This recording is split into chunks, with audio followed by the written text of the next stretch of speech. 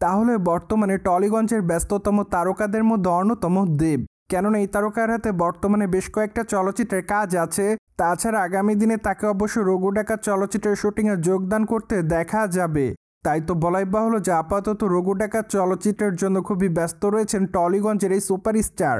অন্যদিকে প্রায়শই এই তারকা কবে বিয়ে করবে এমন গুঞ্জন শোনা যাচ্ছে সামাজিক যোগাযোগ মাধ্যমে। কিন্তু টলিগঞ্জের সুপারস্টার দেব তার বিয়ের বিষয়টি নিয়ে এখনও তেমন কোনো মতামত করেনি।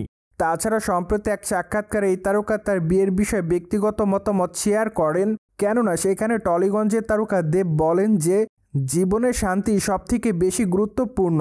ভালো লাগা, ভালোবাসা সব কিছু ঠিক আছে, বিয়েটা ইগনোর করছি না, কিন্তু আজকে বিয়ে থেকে ডিভোর্সই বেশি হচ্ছে। তাই তুমি সুখে আছো কিনা সেটাই সবথেকে গুরুত্বপূর্ণ। মূলত সম্প্রতি টলিগঞ্জের তারকা দেব এ কথাটি বলেছে সকলের উদ্দেশ্যে। তাছাড়া দেবের এই কথা দ্বারা এইটুকু ধারণা করা যায় যে আপাতত তিনি বিয়ের কোনো পরিকল্পনাতে নেই। অন্যদিকে আপনারা সকলেই তো জানেন দেব এবং রূপকিনী মিত্র বেশ কয়েকটা দিন ধরে প্রেমের সম্পর্কে আবদ্ধ আছে। তাই তো তারা কবে বিয়ে করবে এমন বিষয়টি জানতে চায় তাদের সকল ভক্তরা।